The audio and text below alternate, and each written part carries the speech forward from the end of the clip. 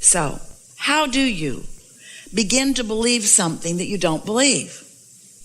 When the proof is there. Abraham, it's true. This is the reality. This is what we've got. This is how it's going. My eyes are not deceiving me. My ears are not deceiving me. This is the truth of my reality. How do I create other than that? And we say, you're really upon something important if you're asking that question, because most people offer almost all of their vibration in response to what they are observing. Esther would say to us in the beginning, but Abraham, it's true. It's true. Shouldn't I give my attention to what's true? Isn't that what I've been taught all of my life? And we say, we understand what you're going for here, Esther, but here's the thing. A thing is only true because someone is focused upon it until it became a reality. We would use a different criteria, not is it true, but does it feel good to me when I think about it? Is it something that I desire? And if it is something that you desire, then give it more and more and more of your attention. But if it is not something that you desire, giving it more attention only makes it more solid in your experience. You see how it works? How do thoughts turn to things anyway? Have you ever wondered about that? Do you see any pipelines trucking in new fuel from other planets? New mines are being dropped from the sky? How is it? How is it that thoughts are turning to things? Thoughts are turning to things through focus and reception and response to that reception. That's how thoughts turn to things. That's how your economy evolves. That's how everything evolves. That's how the cells of your body evolve. Every part of evolution, which is what your eternalness is all about, is about thoughts turning to things. And so that's what we want to talk to you about. We want you to begin addressing yourself more vibrationally rather than physically. Because the physical parts of you, the physical things that you are giving your attention to, those are already manifested. That's already done. That's like gum that you've chewed the flavor out of. That really is not where you want to put your attention. You want to put your attention upon where you are going. So when life shows you that you want something, you want to be more forward-looking toward the evolving and the unfolding of what you're asking for, rather than standing where you are, sometimes in the absence of what you want, justifying or defending why you should get more of what you want because you don't have it. Every subject is two subjects. It's like a stick that has two ends of it.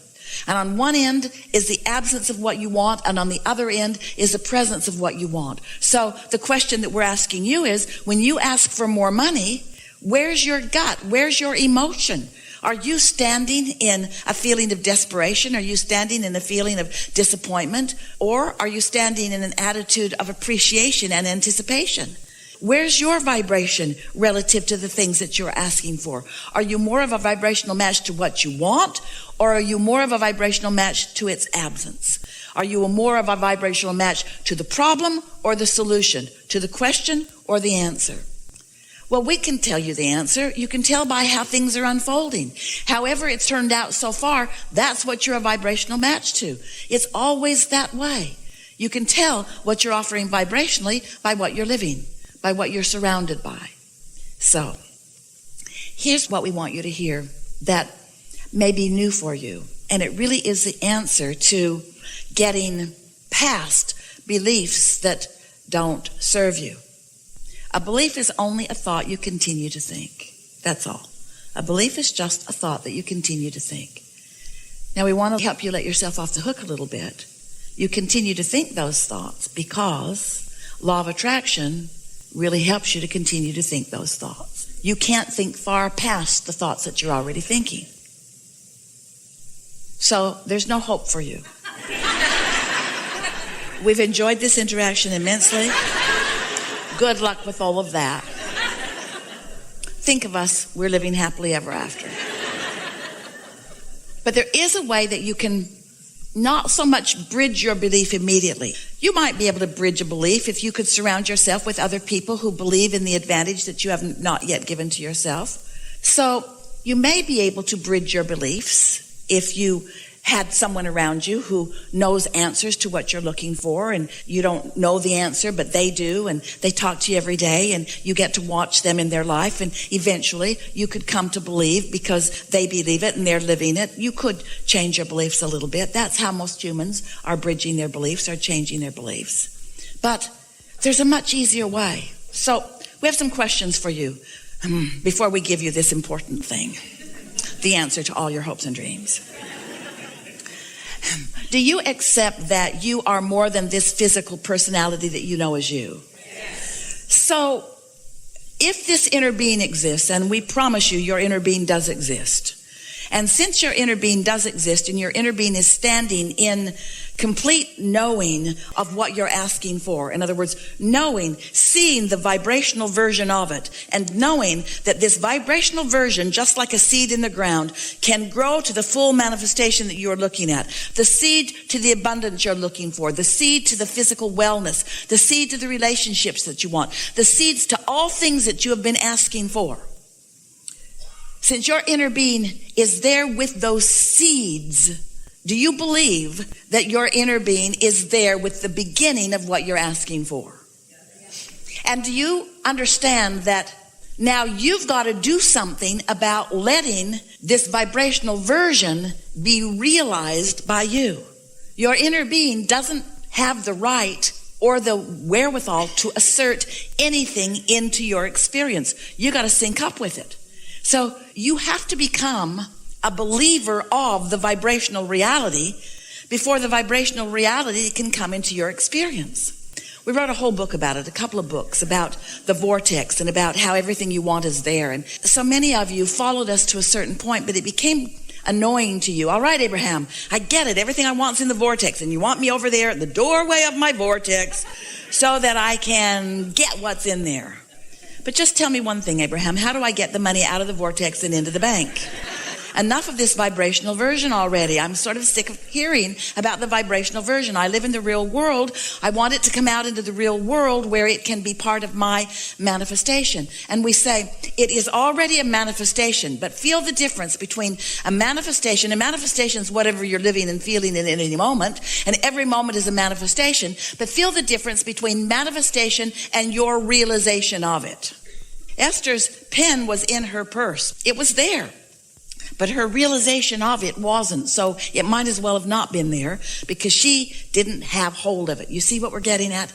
And so much of what you want is just like that pen in Esther's purse. You're walking around with it all day, every day. It's just a reaching in and pulling out. That's all that's required. But because you believe it isn't there, you don't do that. So, do you believe that there is a vibrational version of what you want that has progressed in varying degrees, some of it ripe and ready for you to experience?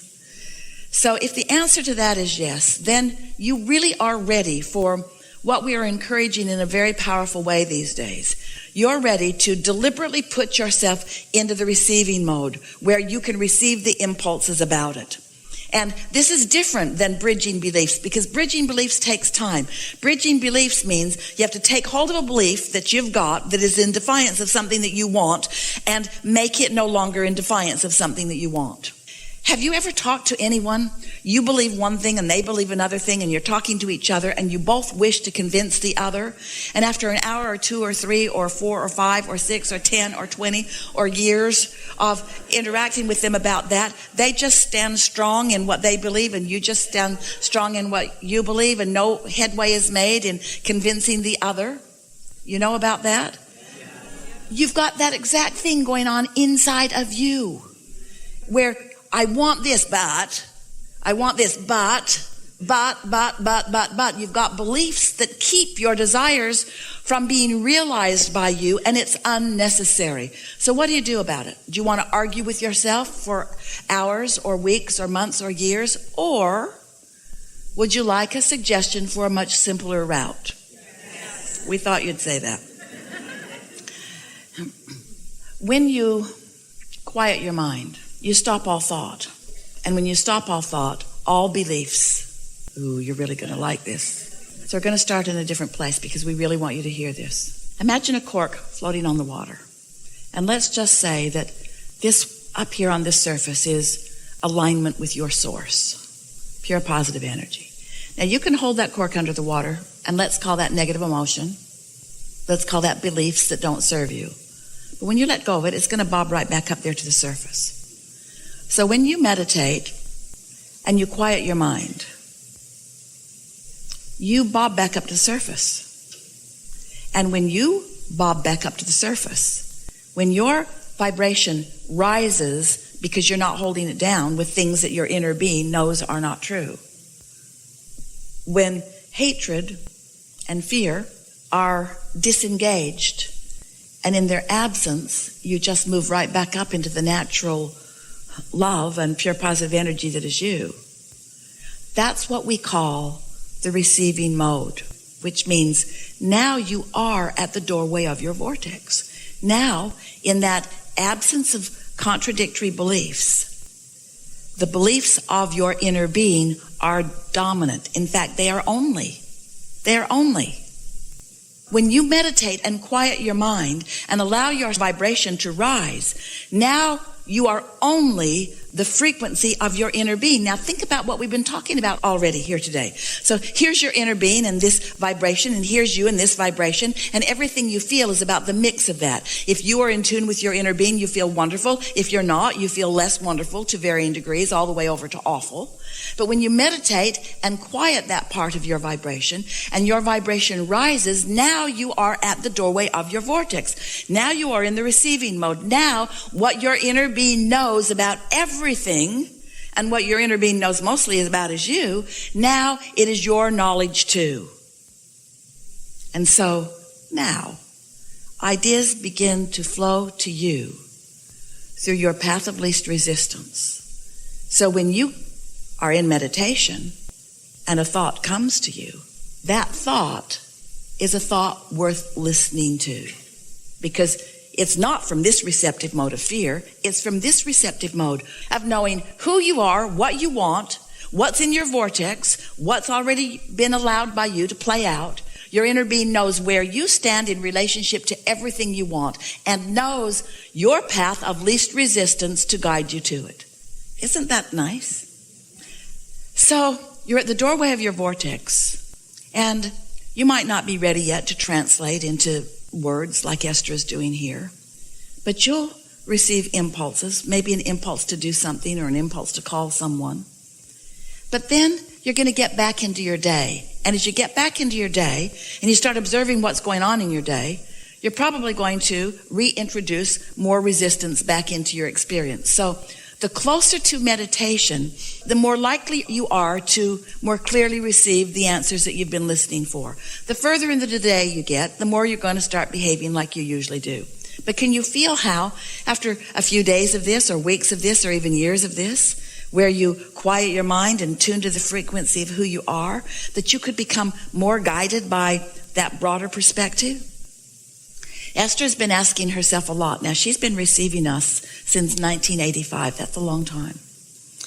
And yet, even today, she will ask herself as a thought comes, because your receiver is always on, isn't it? As a thought comes, she will ask herself, where did that thought come from? Now, if the television's on, it's pretty obvious where the thought came from.